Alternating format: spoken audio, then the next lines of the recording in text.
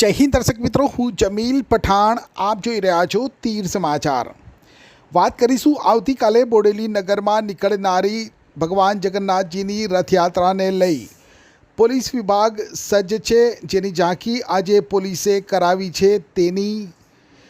જી હા દર્શક મિત્રો, આવતીકાલે અષાઢી બીજ છે અને ભગવાન જગન્નાથજીની રથયાત્રા છે, ત્યારે બોડેલી નગરમાં પણ ત્રીજી ભવ્ય રથયાત્રા નીકળવાની છે અને તેમાં બોડેલી નગર સહિત પંથકના હજારો લોકો આ રથયાત્રામાં જોડાવાના છે.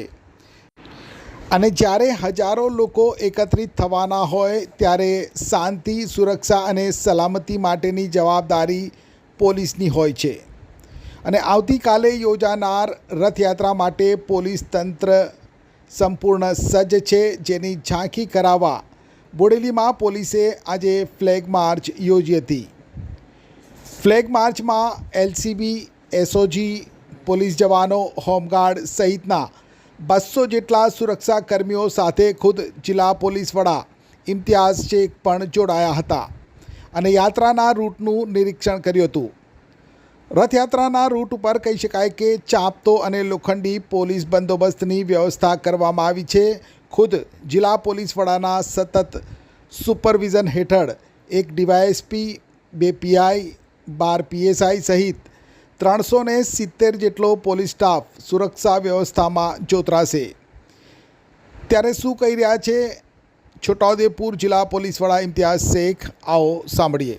આવતીકાલ તારીખ 7મી જુલાઈના રોજ બોડેલી શહેરમાં ભગવાન શ્રી જગન્નાથની રથયાત્રા યોજાઈ રહી છે. જે રથયાત્રાના અનુસંધાને આજે અમારા દ્વારા, અમારી સમગ્ર પોલીસ ટીમ દ્વારા સમગ્ર રૂટનું સુપરવિઝન કરીને એરિયા ડોમિનેશન કરવામાં આવ્યું અને ફૂટ પેટ્રોલિંગ કરવામાં આવ્યું.